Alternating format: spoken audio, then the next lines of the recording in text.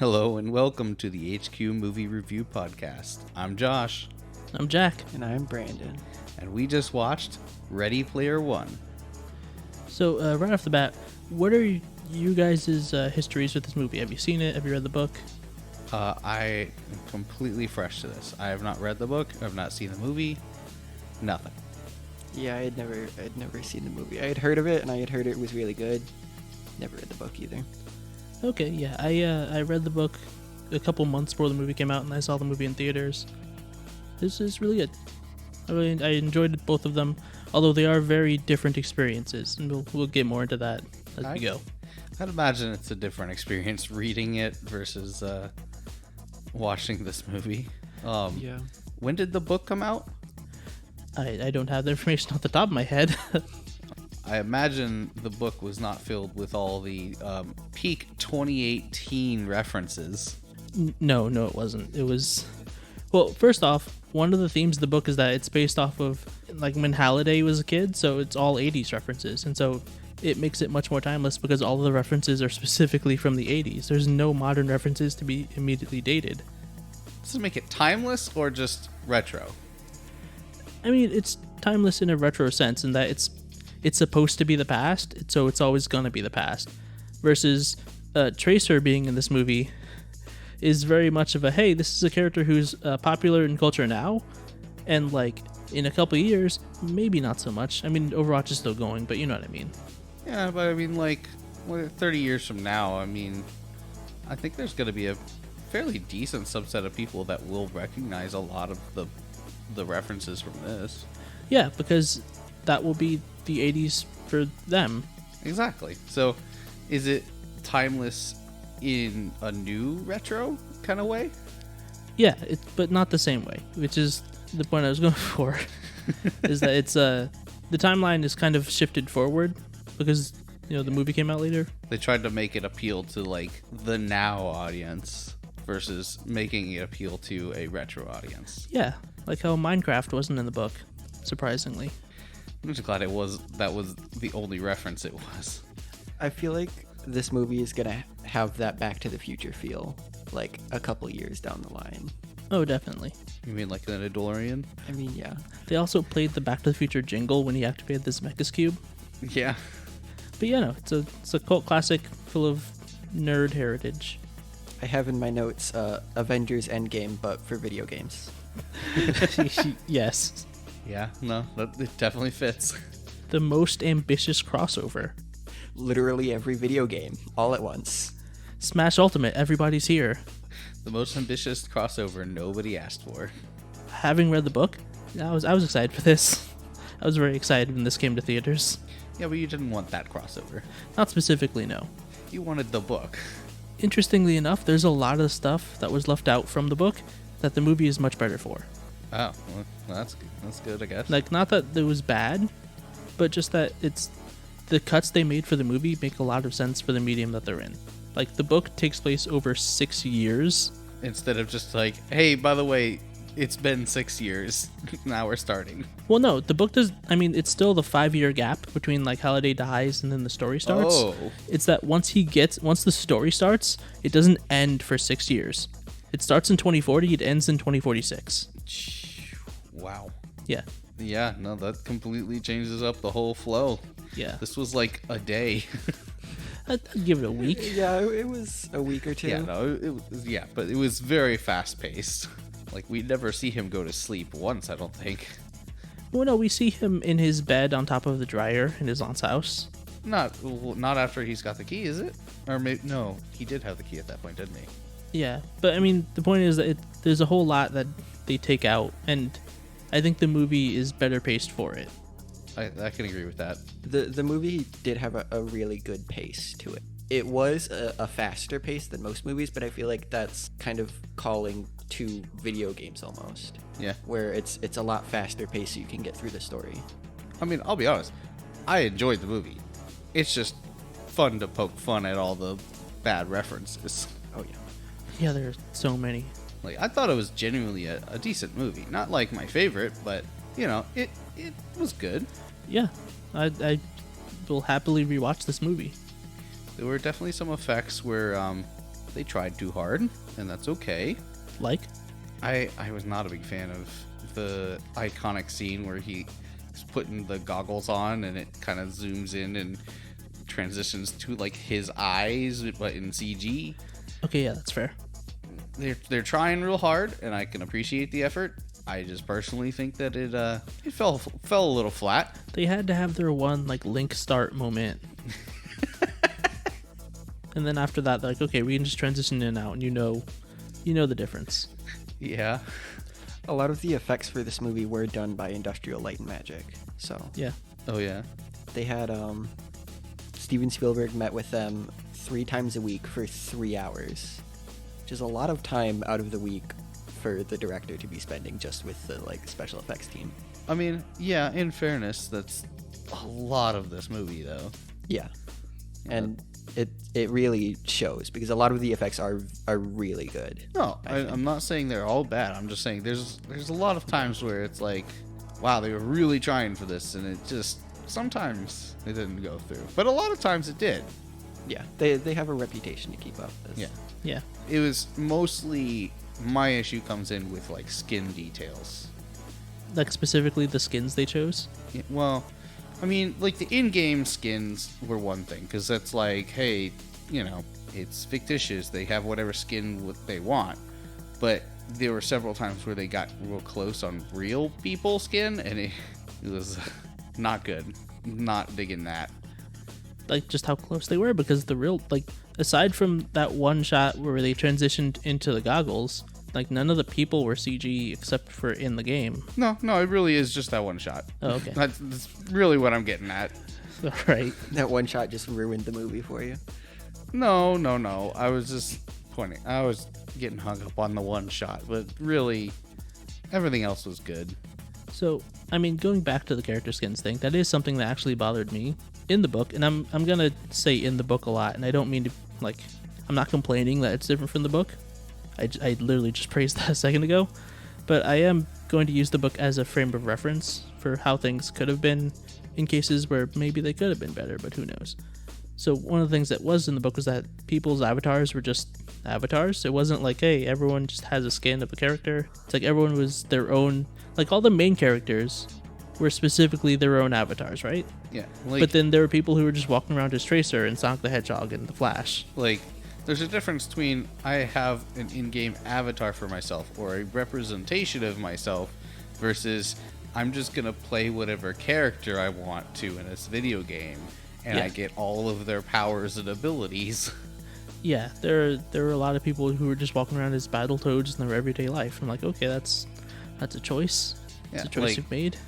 And like Tracer, for example, has her like blink ability or whatever it's called, where she can just teleport, and like no one else gets that.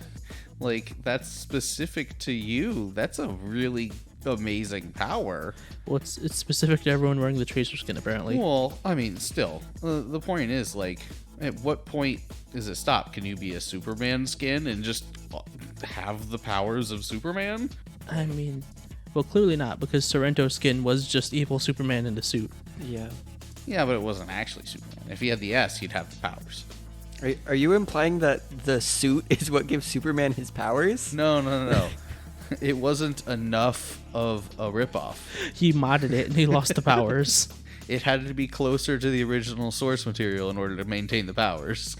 Like, when they use the Iron Giant suit, it comes with all the lasers and I mean, for that matter, even without abilities and stuff, size. Yeah, I mean, specifically the Iron Giant was a thing H modded to be that way, so I can let that one go because that's a thing they made specifically for that purpose. Okay, that's fine. But like, there's people who were like 20-foot tall ogres.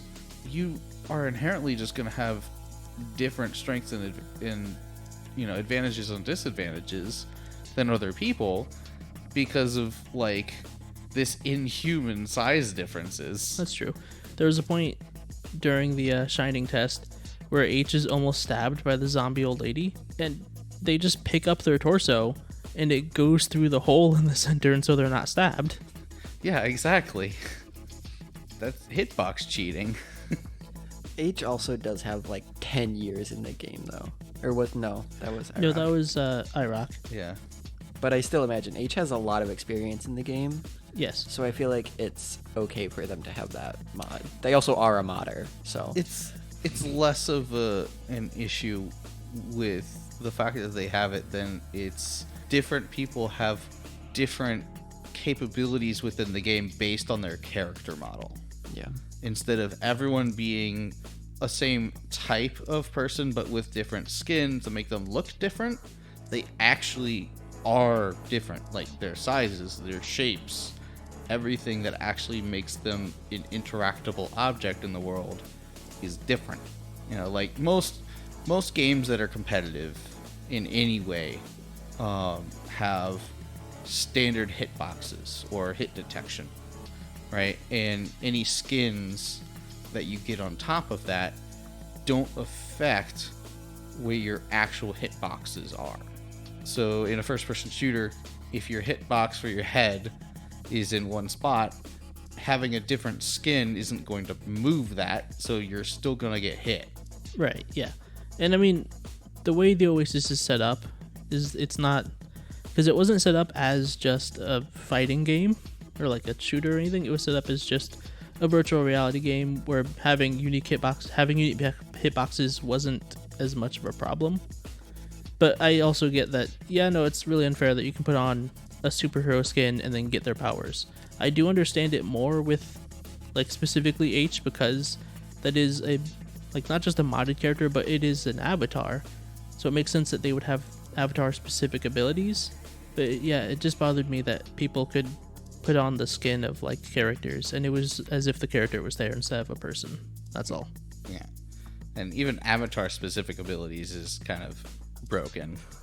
Well, I mean, I'm less upset by that one, because that's like, all right, well, this is specifically how you designed your character. My problem is you say it's not a fighting game, but like most of the game is a PvP arena. Well, and that's another thing that they adapted for the movie, just because the movie focuses on the fights that happen. And that makes it worse though, because it wasn't like that in the book. Yeah. So the book had the solution for the problem that the movie implemented, but the movie also didn't implement that. Well, yeah, but that's another pacing thing. Like, the way the book is spread up is like, all right, well, like, in the book, Parzival starts off on the school planet, Ludus, because that's the only planet he can afford to go to. He doesn't have money, so he can't travel anywhere. He can only go to the free, no PvP school zone, and all he can do there is go to school. He starts off the book in high school, where he's just going to school every day. And then there's certain planets that are in, like, war zones, and there's certain planets in safe zones, and all kinds of stuff like that. Yeah, it's still just, like, as someone who plays a lot of video games, it would make me very upset if other people had skins that just gave them competitive advantages in games where, for all intents and purposes, this is real world money. People care about this money just as much as real world money. Oh no, this is actually real world money. There's no difference. This is just real world money.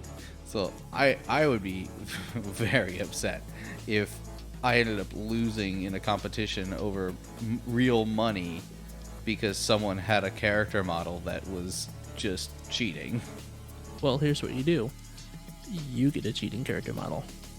Yeah, that's not a good solution, though. If everyone's super, no one is. Exactly. Syndrome had some good points, is all I'm saying. Exactly.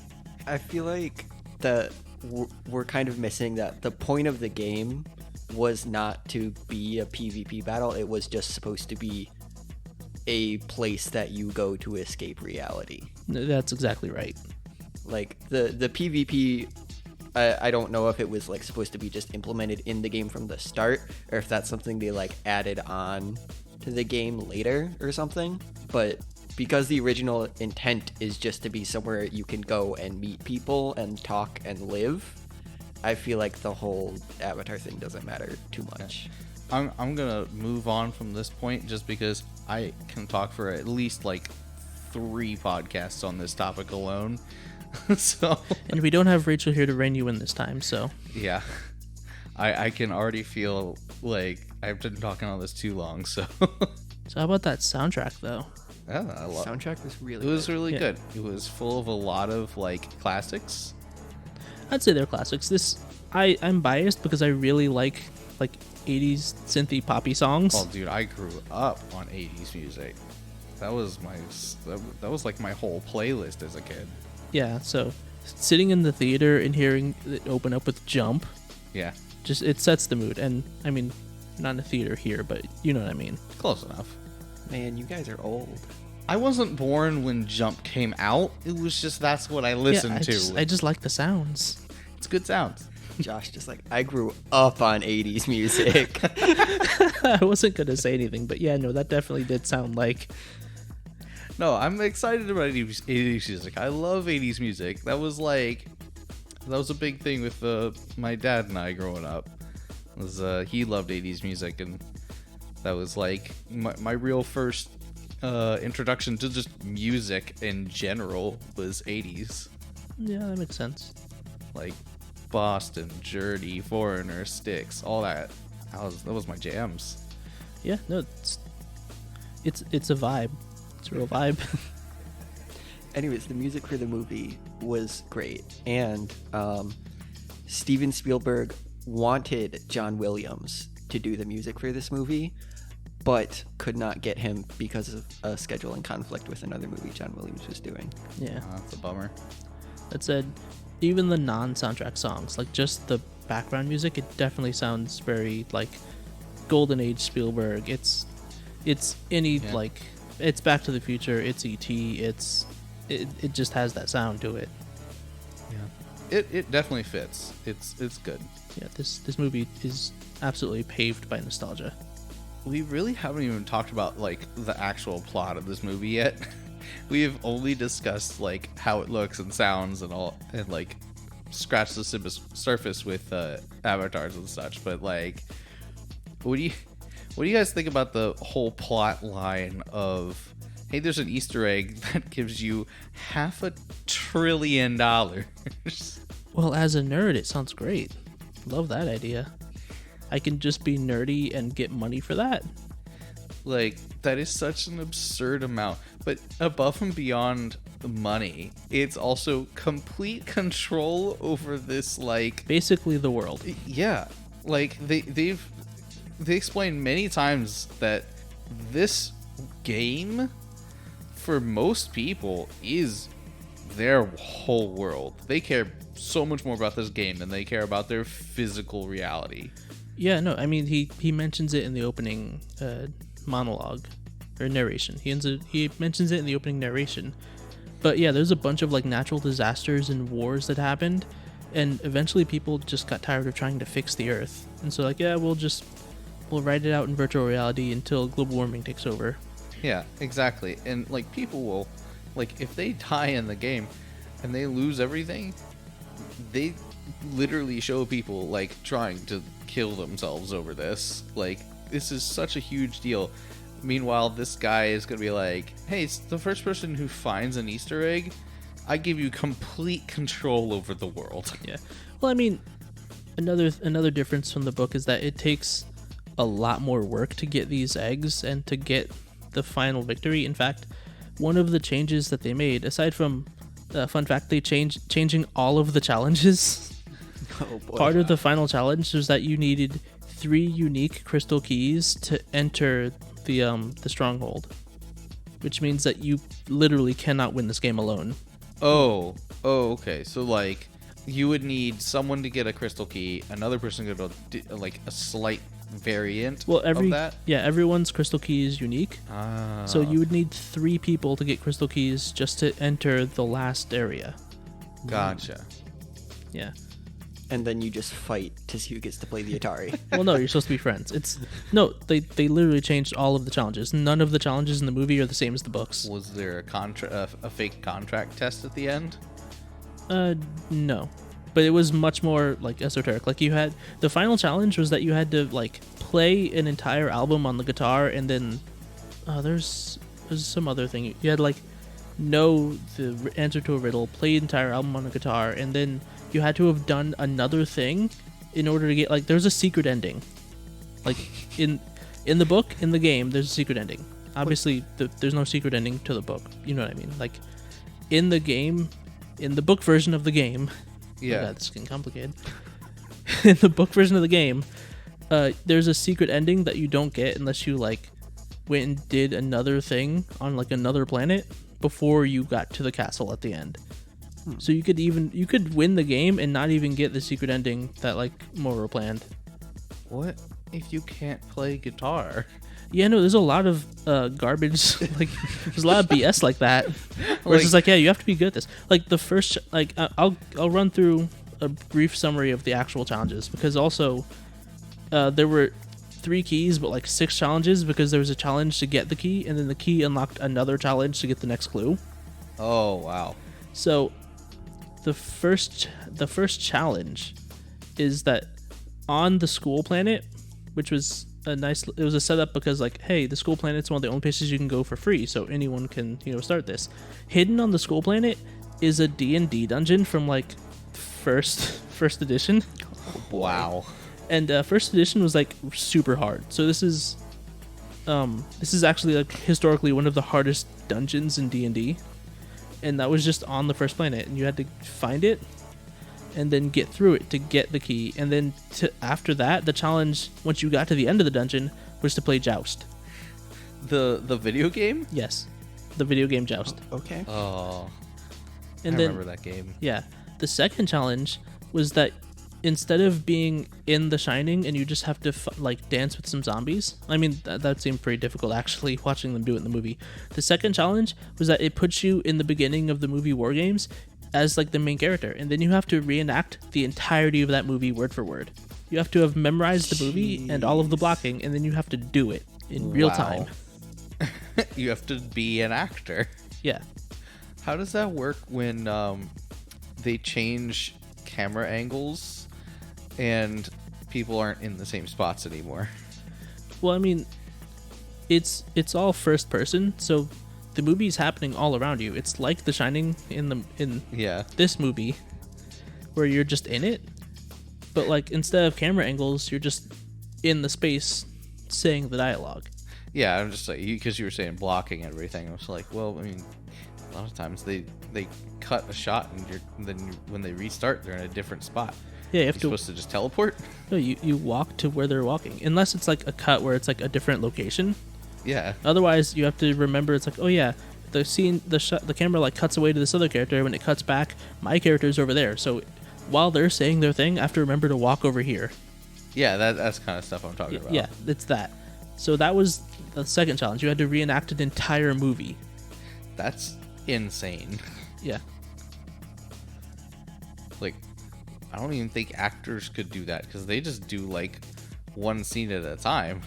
Yeah, see, that's the thing. You're not an actor. You have to be a nerd. You have to memorize this movie and then do it all at once. Yeah, that's crazy.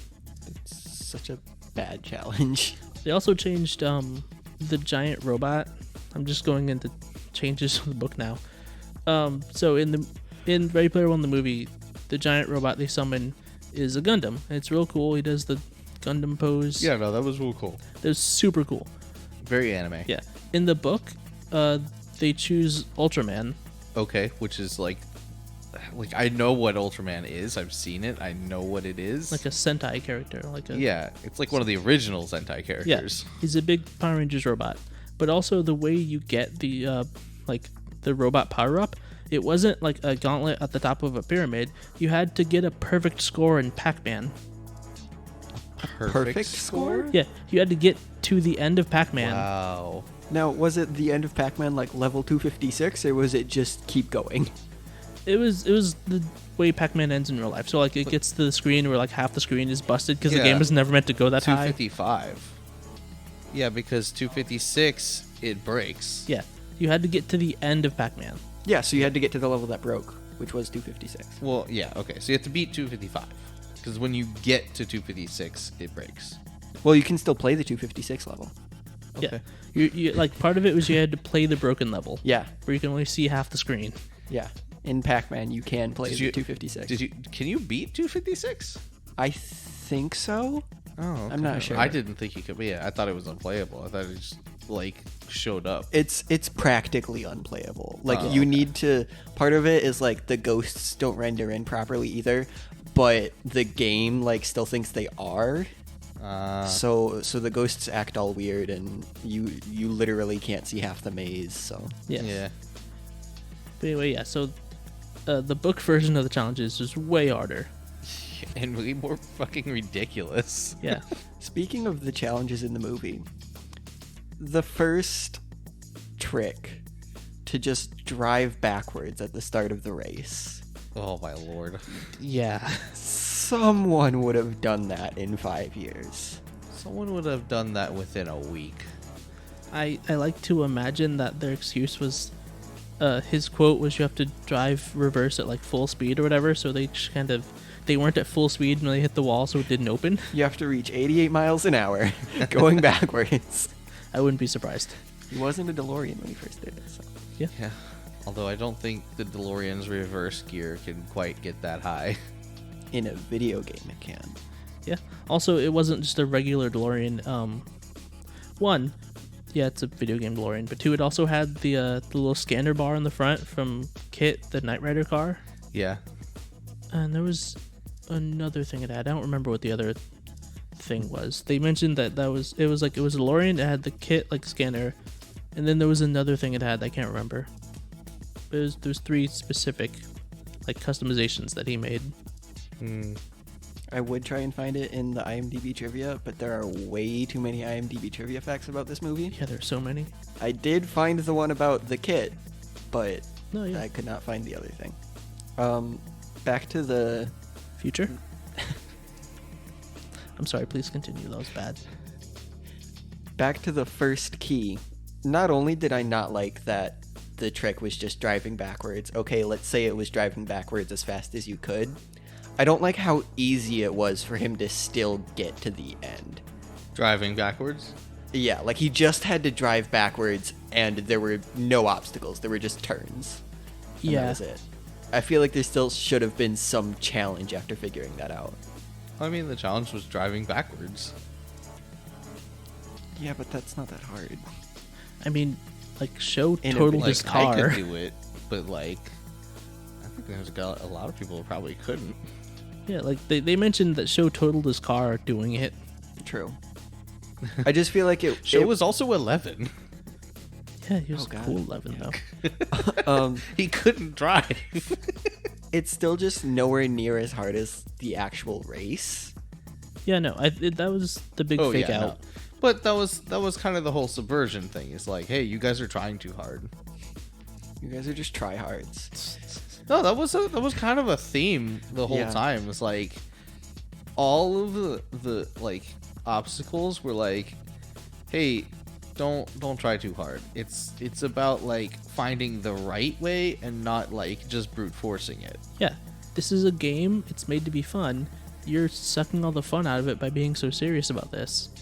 Yeah, like People are being way too serious about this $500 billion thing. exactly. I mean, in Halliday's mind, yes. It's like I was thinking in the movie when the cataclysm went off, and I'm like, all right, who's gonna be the first to like just speed run this? And I'm thinking like, oh, you really could, like if you could just transport rapidly, you could speed run this in like an hour. You know, just go backwards real quick on the racetrack, go dance with the zombie, and then play the Atari game. And they even said the Atari game can be done almost from the beginning of the game. Yeah. So, I will say the race, I think, only starts up once a day. So you have to get there in the morning. oh, okay. But I mean, still, the point is like, once you get the first key, it's like, boom, boom, boom, you're good. Like, if you know where to go, actually acquiring the key takes minutes. Yeah. I feel like in the future of this, that's definitely a thing that happens where like people just try and speed run the 3 keys. But only one person can do it a day because they have to be the one that wins the race. And then it just comes down to the luck of being one of the back people in the race. Yeah, Yeah, because exactly. those spots are not going to be open anymore. Oh yeah, no. Although, you know, there are some people who are definitely going to be like, all right, well, I figured out a way to get past King Kong. I can win the race the hard way. That would take a few more years, I think, Probably. if it's at all possible. I thought it was understood, like, hey, this is just an impossible. This is the fool's errand. Like, going this way, it's like the game is written so that you are not going to be able to win this way. I mean, they said the whole thing about Halliday not liking rules. I imagine he's like, yeah, no, this is nearly impossible. But it's not completely impossible. I mean, There's just a much easier way to do it. it's not necessarily about rules, but what's his take on invisible walls?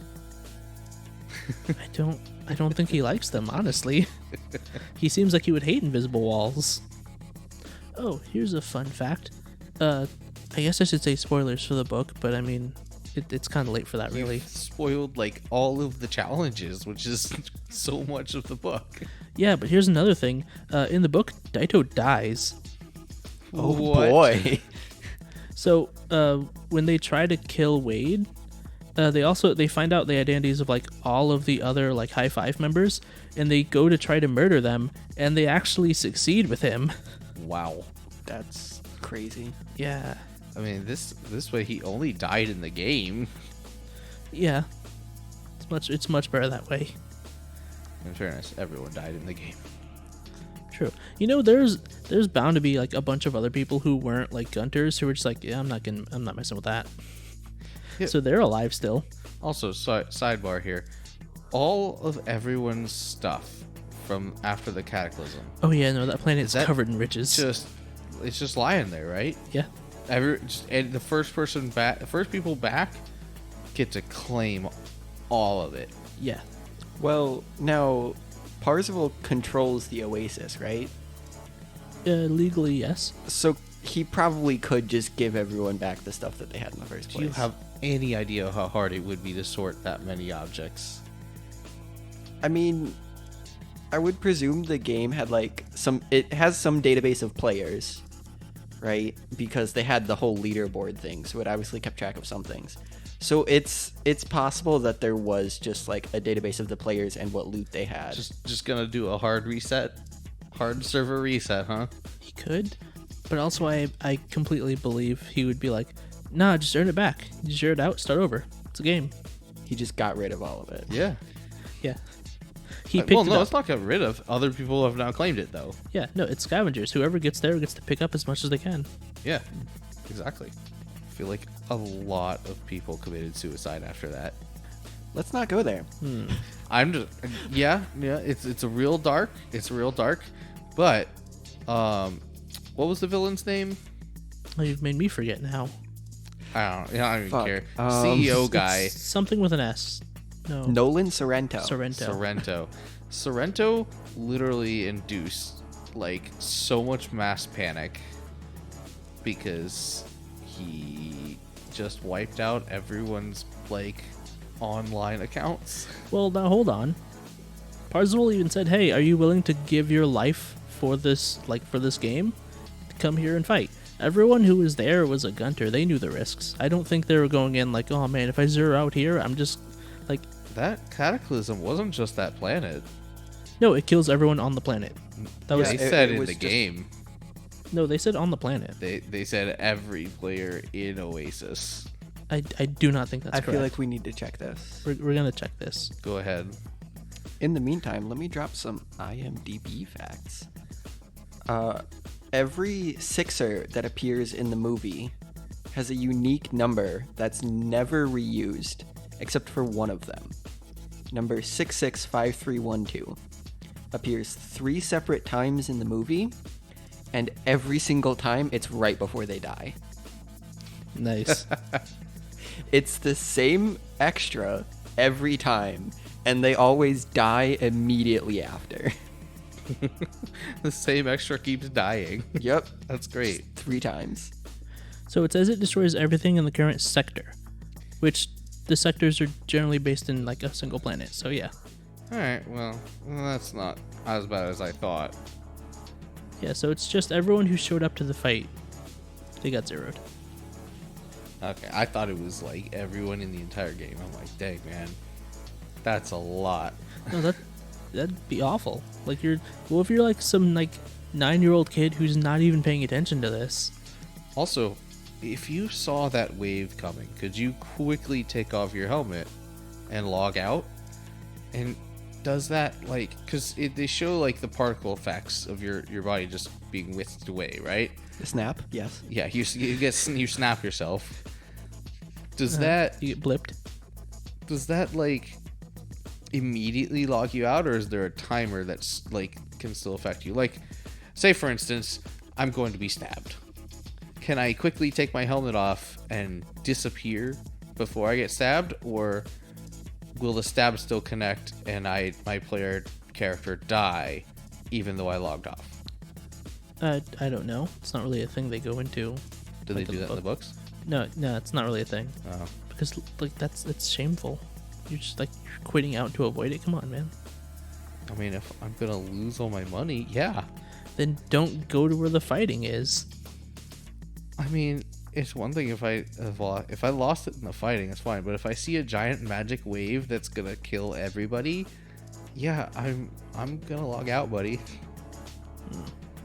Or Lame. at least try. It's a camper move. Launching the cataclysm bomb, whatever, is a camper move. The Cataclysm. Cataclysm, And yeah, Sorrento is.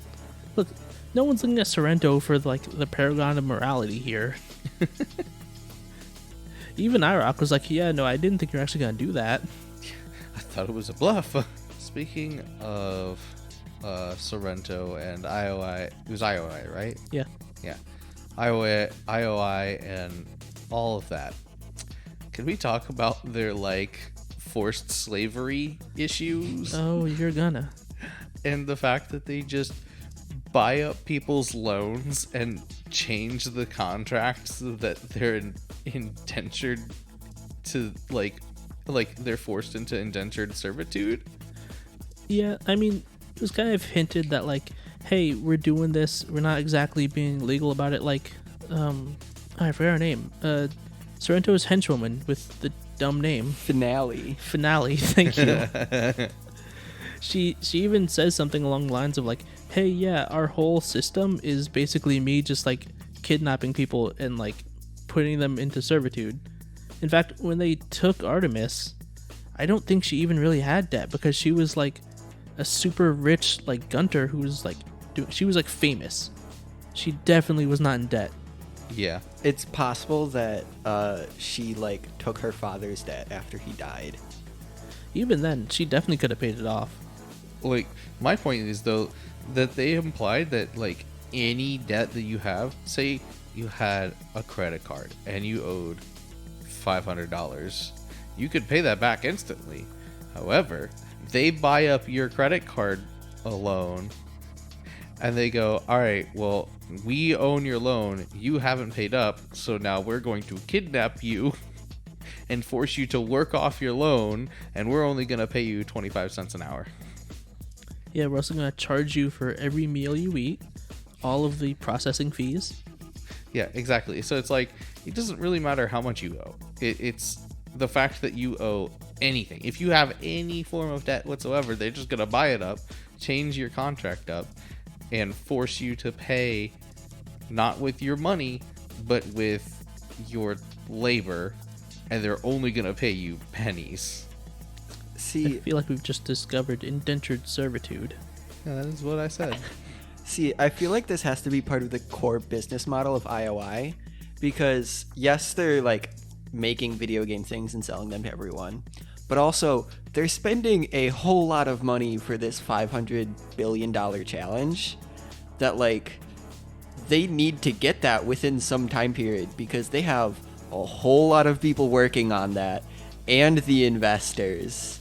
So they have to get that prize if they don't have any other income. Exactly. And that's why like they had the whole boardroom meeting scene where they're talking about, it's like, hey, yeah, like our stocks are going down and everything because this other person looks like they could potentially be getting it first, and if we don't get it, we're done. Like, and like you said, there's a time limit on this too, so that's why like they're driving so hard to get you know, to find the Easter egg first and as quickly as possible. Yeah. Because, I mean, once they spend over $500 billion to try and find it, they're just fucked. Well, not necessarily, as long as they don't go under immediately, because they talked about how they were planning on monetizing monetizing Oasis with advertisements. Just enough so you don't get a seizure. Yeah. Exactly. Their whole thing, the money was a big deal, but their whole thing was, hey, if we win this, we will control the only thing anyone ever does in their entire life, essentially. Yeah. Like, you spend your whole life, you go to school here, you meet people here, this is where you spend all of your free time. You leave the Oasis to eat, poop, and sleep, and some people don't even leave it to sleep. Yeah, like, imagine if you could just own the economy. What if you could just own the outdoors? Yeah, if you could just, it's not just own the government, literally own all of the economy, the entire GDP of the world. If you could just own all of that, that's what they're talking about. That's the equivalent of what they're talking about. So the 500 billion that you get is really nothing, because they would ultimately have complete control over what everyone does, because the world is falling apart. No one wants any part of that. They'd absolutely deal with advertisements shoved in their face 24/7 over, like, you know, the world falling apart in front of their face. So that's just instant massive revenue streams for them. Plus, you have infinite, like, land space for setting up shops. And not only that, but just think of, like, the power and control that comes with that too. You know, I mean, they'd essentially be more powerful than any world government. And in fact, that also brings up my other point, is this one guy, Halliday, had so much influence and power, and he gave it all up, or when he died, he gave it to whoever was going to find his Easter egg, right? Then you've got these 5 people that claim credit for this, right? Or they claim the egg, and they get they inherit this world, right? They are now the 5 most singularly powerful people on the entire planet. Sho is the most powerful 11-year-old in existence. Oh boy. 40 before 40. Talk about 1 before 11, or 1 before 12. I don't want to know what Show did with that money. It's not even the money. Like, yeah, 100 billion per person is a lot of money, but just the pure influence and power you would gain from that would be absolutely corrupting. Oh yeah, definitely. There is no world where those 5 people do not become the most corrupt politicians on the planet. It's funny you should say that, because one of the things that happens in the book, because it takes so long, is that, like, they all, like, every time you get a key, all those points they get on the leaderboard, that's money that they get. So, like, Parzival goes from having no money to being super rich and famous for like 6 years, and he does some not great stuff Yeah. Oh boy. in the interim between starting the story and ending the story as a good person. He's not a great person in the middle for a long time. I'd imagine so. So See, one of my thoughts while watching the movie after Percival finds it is, did I said his name wrong? Parzival, right? yeah, I said Percival. I just Wait. said the actual night. Is it? I thought it was it's Parzival. Parzival. Okay, yeah. Parzival. One of the things I thought when Parzival gets the first key is, why doesn't he just sell the information on how to get it now? Like, he doesn't have to bother to go chasing the rest of mean- the stuff. Like, he could have just sold it. Yeah, but Yeah, but so I think the reason he wouldn't have done that is because he cares about the money, but that's not his primary drive for really going after this Easter egg. yeah, he's a nerd. This is sacred to him. Yeah, like, he cares about the money, but he cares so much more about, like, the sacredness of finding this Easter egg. Yeah, and that became more and more evident as the movie went on. It just, at first when I saw like he's literally living in a dump and he finds the first Easter egg, so I was like, I mean, either he's gonna sell it or I felt like one of the people he told was gonna sell it. Yeah, it's real convenient that he also just is friends with the two of the top players in the world, and then he meets the third one randomly. Yeah. I mean, I feel like there were other top players, just that they were, somewhere in the top. Just got left out. Yeah, because the thing is, in the original story, he only knows H, like at the start, and then he meets the others because they like solve it. They figure out like, hey, this guy who can't leave the school planet found the key. It must be on the school planet.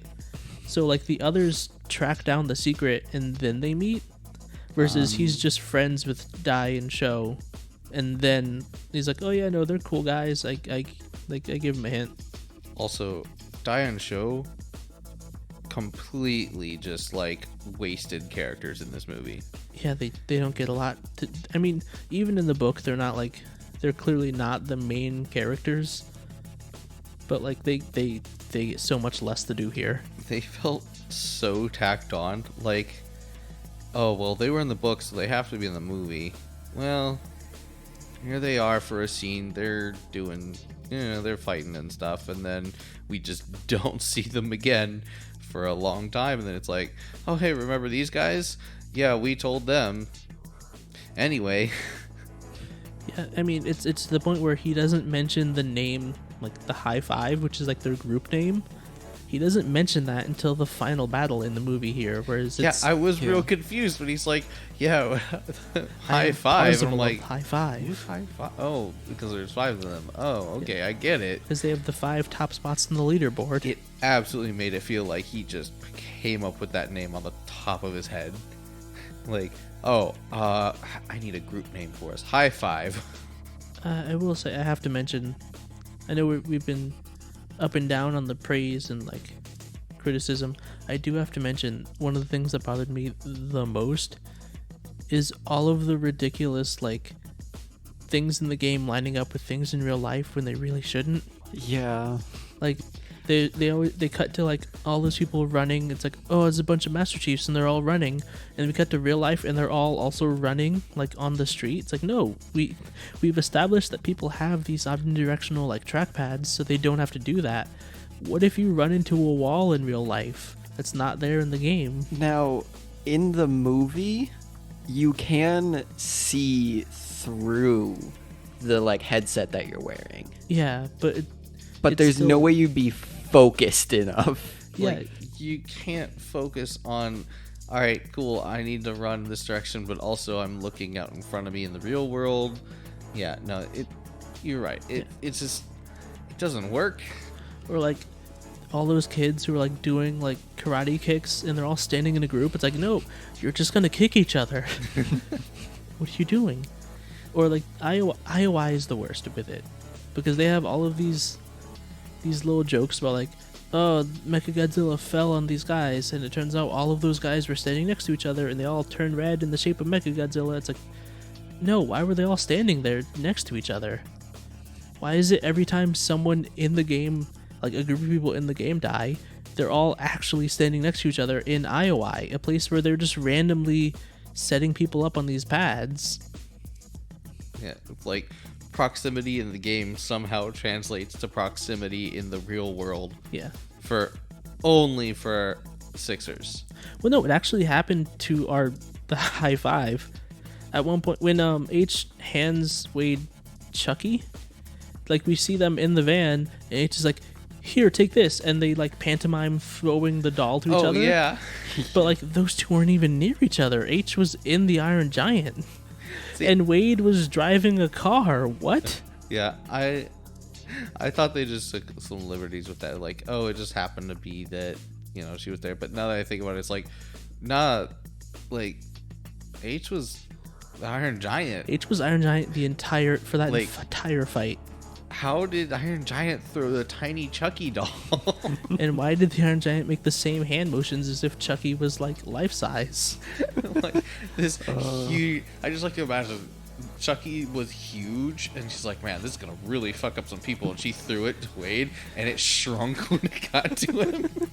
One of the scenes that had the weirdest like real life to video game parallel that I thought is when all of the Sixers are lined up to play the Atari, Yeah. but they're all on one of the like treadmill stations.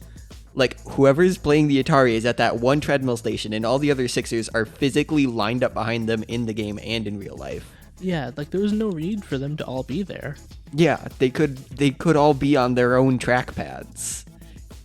And Yeah. it's like, why did you have to have them line up in the war room like that? I think it was just because they ran out of trackpads.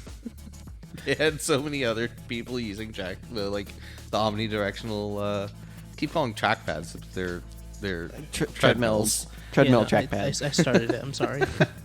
But the omnidirectional treadmills, maybe they only have so many of those. So they're like, The hey, quadraphonic treadmills. God, stop that.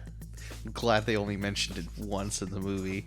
So what would that like breaking that down? There's 4 things and it's hearing them. What's that? Is that what that means? I'm gonna double check. Please do. In the meantime, like, can we talk about their bodysuits and how why don't they have a setting to not translate pain? Well, pain is important to understanding, like, if you're in danger and stuff. Like, translate, like, hey, I got, like, hit by just pressing. It genuinely looked like when they got hit, they're like, ah. It was pressing. It was pressing very fast because they got hit very fast. I'm just like, why? Like, just dial that setting back. Dial the pain setting back. Well, I'm sure it is dialed back for most people. Nolan Sorrento is just an idiot who doesn't know how to use his tech. No, I mean, Wade also had that same issue too. Well, yeah, because I mean, knowing if you get hit's important, and like the hit he took would have been way harder if it was his actual body. No, I agree. I'm just like, Whereas when he kicked Nolan, that was like 100% transference. also, when Wade got kicked, he physically in the real world got flown back. Like, what? Yeah, there's a lot of stuff that shouldn't transfer but does. Haptic feedback, man. Yeah. Haptic feedback. It literally really do be like your that. whole suit just throws you across the room. Yeah. So back to quadraphonic. Now, if they had done any research on that word, they could have made it work. Because quadraphonic just means you have 4 speakers. So if you have a 4-speaker surround sound setup for that like device, it would work. But they specifically say that it has a quadraphonic pressure sensitive underlay. So when you run, the vibration of the ground comes through the speakers, and it can sense how hard you're pressing on the ground, so it knows how much vibration to put into the treadmill. I mean, speakers can sense how loud something is because speakers are the same thing as microphones, but in reverse. But they cannot tell how sensitive the pressure is. What if you have 4 of them? There you go. Then you have 4 times the noise. Exactly. There you go. That's it. We've connected them. So, since you wanted to talk about like plot things, and we've kind of diverged from that, I did want to talk about Samantha, aka Artemis, being like insecure about her very minor birthmark. Yeah, like aside from it being on the face, really is not that big of a deal. I mean, even so, it's kind of red. Like otherwise, it's like nothing really. I mean, I know a lot of people, like if they have a birthmark on their face, they'll be a little bit more sensitive to it versus anywhere else. But Right. like even for that, it was not that bad. Yeah, it's just the way she plays it up before the reveal is like, oh man, she's got some kind of like Phantom of the Opera disfiguration, Yeah. and then you see her and like, oh, you're just a regular pretty girl with the birthmark. Yeah.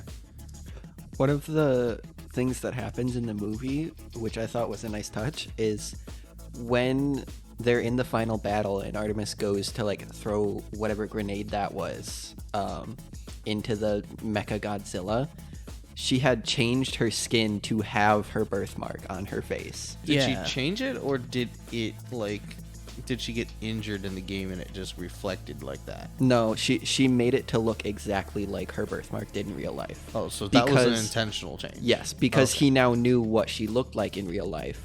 Ah. So she wanted to make him know that it was her. Yeah. Ah. Because no one else's character, aside from Iraq losing his arm, no one else's character ever really gets damaged. You're either alive or not.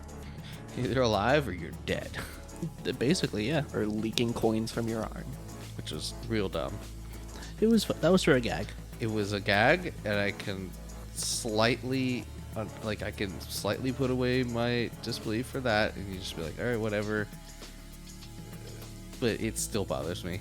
Really? Yeah, it's just no one else bleeds coins. You get hit and you explode and die, or you just kind of take it. Like Wade if- gets shot like 20 times, He Well, had yeah, his, armor on. Yeah, his armor hadn't depleted yet. and I just what was it, Iraq? Iraq. And Iraq didn't have any armor. Well, yeah, his armor was depleted, but he had so much stuff that he couldn't like be burst all at once from that wound. Are you saying your health is related to how much stuff you have? No, I was just making that up, but It's like, what? He had too much stuff and just started leaking. I mean, I imagine if you were to dismember someone, like anyone else in the game, they would leak coins or whatever they had. That just seems so weird. Like, Well, I mean, Halliday did specifically mention he's like, oh yeah, no, I don't want any blood or gore in this game. I mean, yeah, but then you just have it be like, hey, cool, he still has his arm. Like, imagine you're playing WoW, like World of Warcraft, and you're like PvPing, right? And you hit someone, and they just start like, like pinataing money. It sounds pretty cool, actually. Yeah, that would get me to actually play WoW. Also, That's- that is how enemies work in Kingdom Hearts. You hit them and money falls out sometimes. That's how Sonic works. That's Sonic's whole thing. God damn it. You say you play video games. I hate that. Just like imagining any MMO where you're like PvPing and every hit you do, they just explode with money. It's so dumb. I just can't agree with that. It actually sounds pretty fun. Every hit you take, you're losing money though. Yeah, don't get hit. Have you considered getting good? Get good and you won't lose your life's inheritance. Or also just, transfer it to a person who's on a safe planet.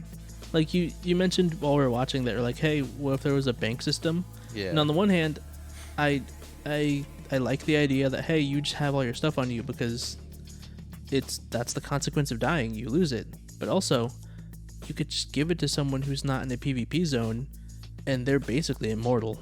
I mean, also, as someone who's played EVE Online, which is an MMO that just is ridiculous with like in-game currency and economics and all that, what I've learned from that is that even if there was no banking system in the game, people would make a banking system that would basically have people have specific avatars set up on that never left safe worlds, and they would transfer money over to other people who would document how much money and what stuff they have had in different accounts.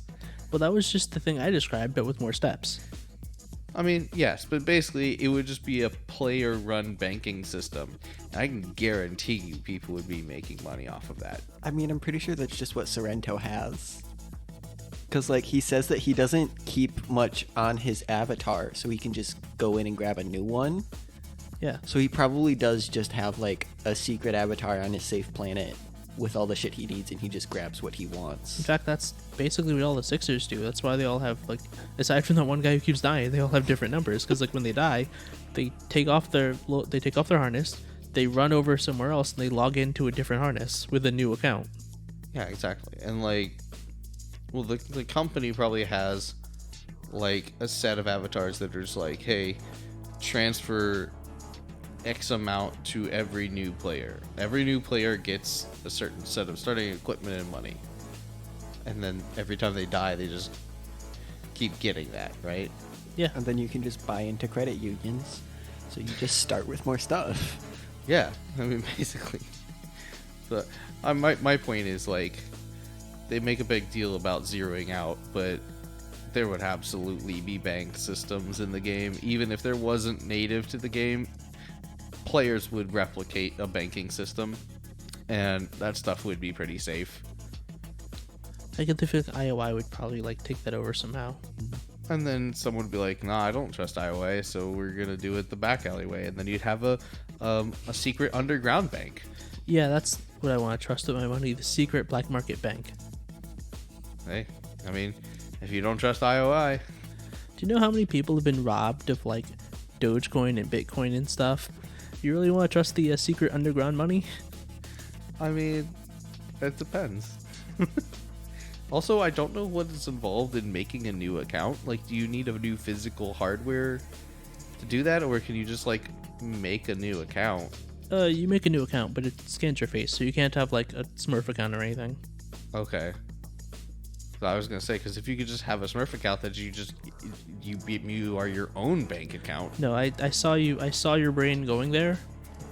You saw the gears, you Yeah. saw the cogs. Wanted to hedge off at the pass. I got it. So what you do is you, like, put a little nose prosthetic on to log into your bank account. Different face. Same eyes. Yeah, but different nose. I don't think that would trick the machine.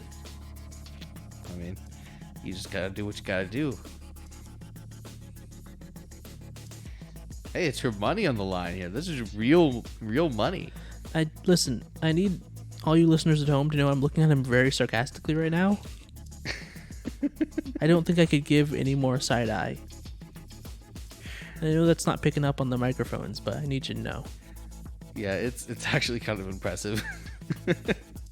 Also, I wanted to talk about the ending, and that they decided to close the Oasis on Tuesdays and Thursdays. Which is, were you not paying attention to the closing narration? I'll be honest, I really had to go to the bathroom at the end, so no. Okay, so they split the money, they split ownership of the Oasis.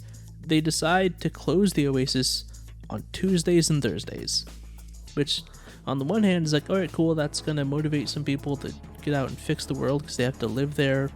They have no choice in living there 2 days out of the week. On the other hand, that is still where, like, all of the money and jobs are. So, like, I guess Forced weekends. yeah, we're forcing weekends. This really feels like back when Nickelodeon had the Worldwide Day of Play. And, Yeah. and their channel would just be that. It'd just be a banner saying it's the Worldwide Day of Play, go outside, and then you just go to Disney Channel. See, I went to Cartoon Network, but yeah. Same thing. I'm like, oh, this is the worldwide go to another channel day. Cool. Just play a different VR game. All right, let's load up Sword Art Online. That'd be hilarious, actually, if this was the same world. I mean, honestly, I thought the whole time there was a lot of parallels here.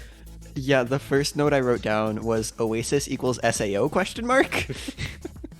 It is a full dive environment. I'll be honest, I really kind of expected, like, an anime character in this movie. Now, see, they only had rights to American nostalgia and Gundam. They blew all of their Japanese nostalgia on Gundam. Gundam and Mechagodzilla, that's it, yeah. How funny would that have been if you just see Kirito over? I would have been upset, actually. I would have been very upset. We don't have room for another protagonist. I mean, the amount of protagonists in this movie as far as skins. Yeah, those don't count. There were like 7 Master Chiefs. Yeah, all the Battletoads, all the Ninja Turtles. Yeah, exactly.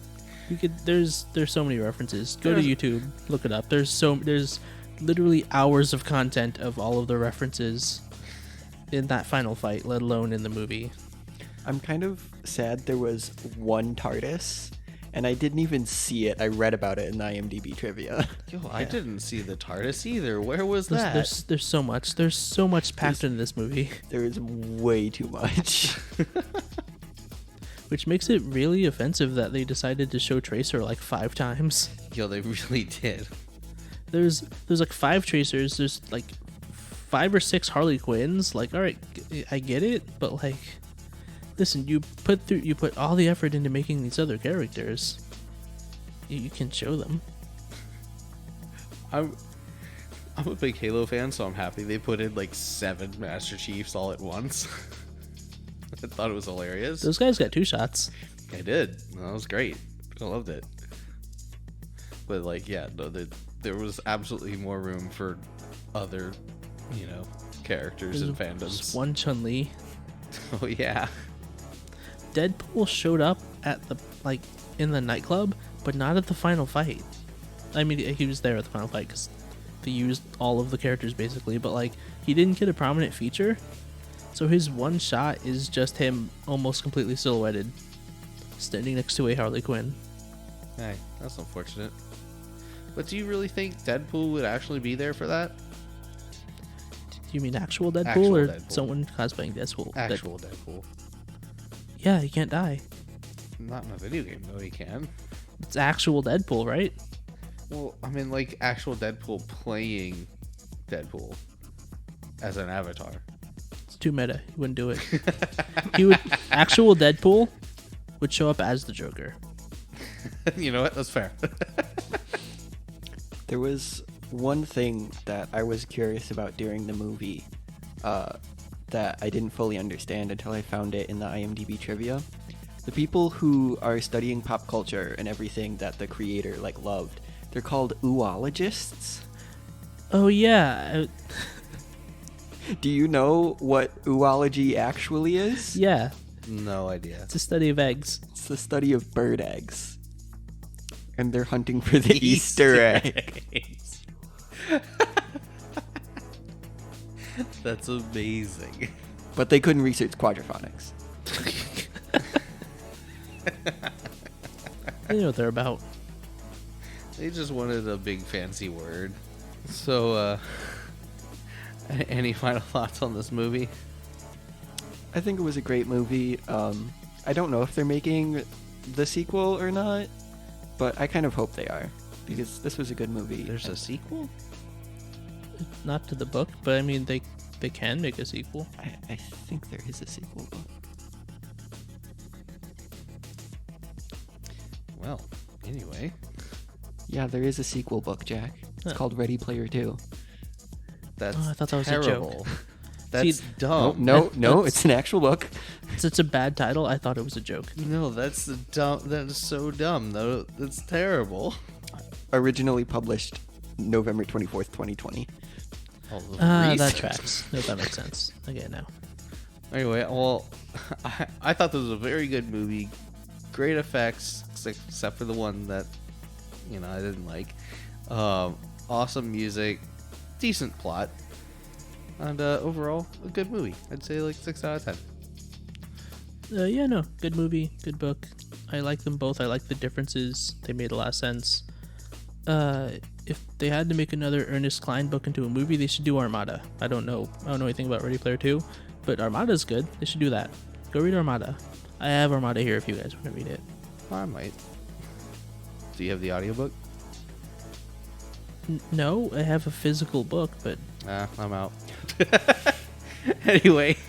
Oh, One more fun fact. You mentioned audiobooks. In the book, I believe Will Wheaton is like the vice president of the company that makes Oasis. that tracks. He did the audiobook for Ready Player One, even though he was also in the book. That's great. Ugh.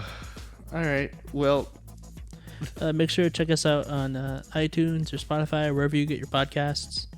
Tell your friends. Tell your neighbors. Maybe don't tell your neighbors. If you're friends with your neighbors, tell your neighbors. Yeah, don't just like go to your neighbor's house and knock on the door and be like, "Hey, if you listen to this podcast, put a sign on your lawn. do we have signs?" We need to sell signs before you tell people to put signs on their lawn. They can make their sign. Yeah, groundswell. Anyway, this has been Ready Player One. I'm Josh. I'm Jack. And I'm Brandon. Good night, everybody.